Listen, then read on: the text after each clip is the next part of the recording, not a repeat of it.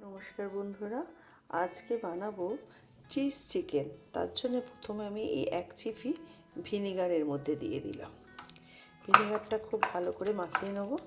আর আমি এরকম ছোট ছোট করে পিস করে চিকেনগুলো কেটে নিয়েছি। এর মধ্যে আমার হাড়ও আছে কিছু, বোনলেস হতে হবে এরকম কোনো নয়। আর আদা, রসুন, পেঁয়াজ এটা বাটা ছিল, এইটা এতটুকু এর মধ্যে ভালো করে মিশিয়ে দিচ্ছি। মিশিয়ে এটাকে আমি আধ ঘন্টা রেখে দেব। তারপর আমি এটাকে রান্না করব, কিভাবে সেটা দেখাবো।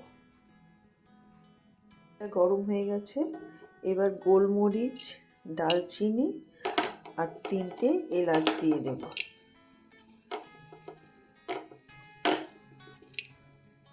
এটা গরম হয়ে যাবে। আর আমি আগেই বলেছি আধ ঘন্টা আগে আমি এটা ম্যারিনেট করে রেখে দিয়েছি। এই চিকেনটা এবার এর মধ্যে দিয়ে দেবো।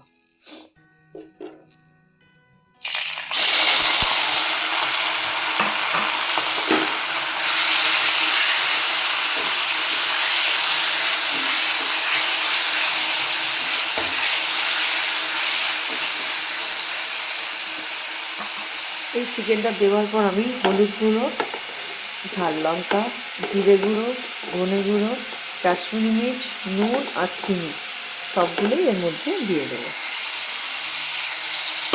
দিয়ে ভালো করে মিশিয়ে একটু হাই ফ্লেমে রেখে এটাকে একটু নাড়বো।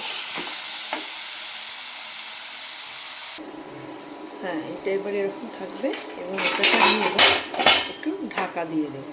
এটা হোক। তার মধ্যে আমি একটু বানিয়ে নিচ্ছি হোয়াইট সস। তার জন্য একটুখানি বাটার দিয়ে দিয়েছি।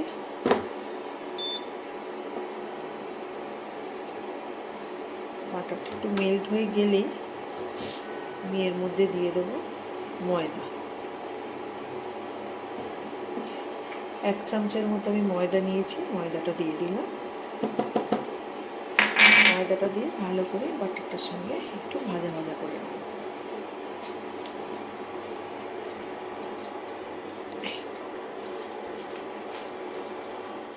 দিয়ে দিচ্ছি 1 কাপের মতো দুধ। দুধটা দিয়ে আমাকে ময়দাটার সঙ্গে ভালো করে মিক্সড করে দিতে হবে। একটু চিলি ফ্লেক্স দিলাম, স্বাদ মতো একটু নুন দিয়েছি আর একটু সামান্য চিনি দিয়েছি। দিয়ে এই আমাদের হোয়াইট সস তৈরি হয়ে গেল। এটা আমার পরে কাজে লাগবে। আমার মাংসটা সেদ্ধ হয়ে গেছে, এতে জল টল কিছু দেওয়ার দরকার নেই। এবার আমি আগে থেকে যে হোয়াইট সসটা করে রেখেছিলাম সেই হোয়াইট সসটা এর মধ্যে দিয়ে দেবো।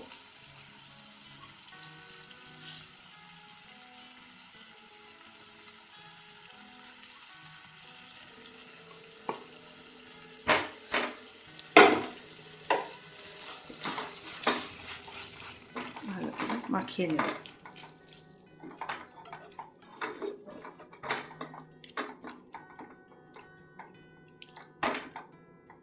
মাখানোর পর 2 মিনিট একটু ফুটতে দেব, দিয়ে তারপর নামানো। এইবার আমি কি করব, এবার এই চিজগুলোকে আমি কেটে কেটে এর উপরে এরকম করে দিয়ে দেবো, সাজিয়ে দেব, যাতে এটা খুব ভালো করে গলে গেলে তৈরি চিজ চিকেন। এটা কারোর রেসিপি না, এটা হচ্ছে আমার মেয়ে খুব চিজ খেতে ভালোবাসে। আর আমারও মনে হলো একঘেয়েমি রোজ চিকেন দিয়ে কি করব, তাই একটু ওপরে চিজ দিয়ে দিলাম।